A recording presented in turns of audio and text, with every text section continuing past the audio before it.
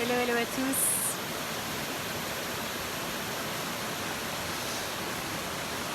Je suis heureuse de vous retrouver. Donc c'est la première fois que je viens ici, dans ce lieu. C'est à nouveau une rivière sacrée. Et je m'étais déjà baladée dans ce coin. On m'avait parlé qu'il y avait une rivière ici. Mais je n'avais jamais trouvé le chemin. J'étais venue pourtant et j'avais jamais vu le chemin. Et ce matin, j'ai discuté avec un Balinais. Il me dit: est-ce que tu connais la rivière sacrée? Et je lui dis: oui, j'ai entendu parler, mais je ne suis pas encore allée. Et du coup, il m'a montré le chemin. Alors ça m'amène une réflexion. Hier, j'ai posté sur Facebook un petit message concernant les portes. Quelle porte auriez-vous envie d'ouvrir aujourd'hui? Et ça m'évoque ça, c'est-à-dire que parfois nous avons des portes juste devant nous et nous n'y avons pas encore accès. Parce que tout simplement, il y a quelque chose à l'intérieur de nous qui fait barrage, qui nous empêche de nous ouvrir à du nouveau. Pour moi, je sens que cette période est vraiment une ouverture sur le nouveau. D'ailleurs, je viens de déménager, donc je viens de changer d'endroit après 2 mois et demi dans le même logement. Et il y a vraiment quelque chose de l'ordre du nouveau qui s'invite et qui nous invite tous durant cette période à lâcher l'ancien. Et je donnais hier un atelier d'écriture et je vois à quel point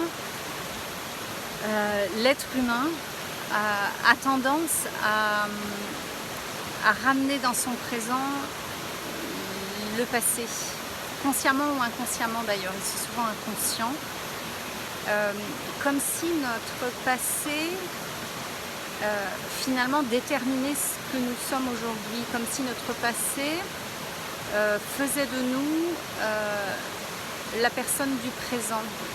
Alors certes, elle influence, puisque chacune de nos actions est oui, influencée par ce que nous avons été dans le passé, mais avec un peu de vigilance, on peut se rendre compte que dans le présent, on peut choisir de ne pas ramener justement ce passé dans le présent. Et ça nous appartient, c'est de notre responsabilité de faire que ce passé arrête de nous déterminer. Parce que tout simplement, ce passé, ce n'est pas ce que nous sommes. C'est pas la personne que nous sommes. C'est pas notre vraie nature. Donc, dans cette conscience du présent, l'invitation, c'est de voir à chaque fois que nous ramenons dans notre présent des caractéristiques de nous-mêmes, de ce que nous avons été. Quelqu'un qui manquait de confiance en soi, quelqu'un qui ne se sentait pas à la hauteur, quelqu'un qui avait du mal à entrer en relation avec les autres, quelqu'un qui ne parvenait pas par exemple à attirer l'abondance dans sa vie, quelqu'un qui était sans cesse en colère. Voilà, je vous donne des tas d'exemples pour que vous puissiez voir dans votre propre vie à vous, qu'est-ce que dans le présent vous prenez encore pour vrai, pour vous définir, pour définir qui vous êtes. Et à partir du moment où vous le voyez et que vous dites stop à ça, et c'est vraiment la bonne période pour le faire, puisque là on est vraiment sollicité avec les énergies du moment, de vraiment voir tout ce toutes nos ombres en fait, tout ce qui nous bloque, tout ce qui vient nous entraver à nouveau. Donc c'est le bon moment pour le voir et le remettre à sa place dans la ligne du temps, si ligne du temps il y a, parce que je ne crois pas trop au temps. Mais en tout cas, c'est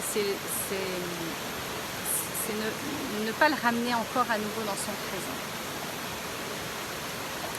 Alors je vous invite à vraiment prendre l'énergie qui est là, offerte de cette rivière sacrée, pour justement laisser couler, laisser le courant,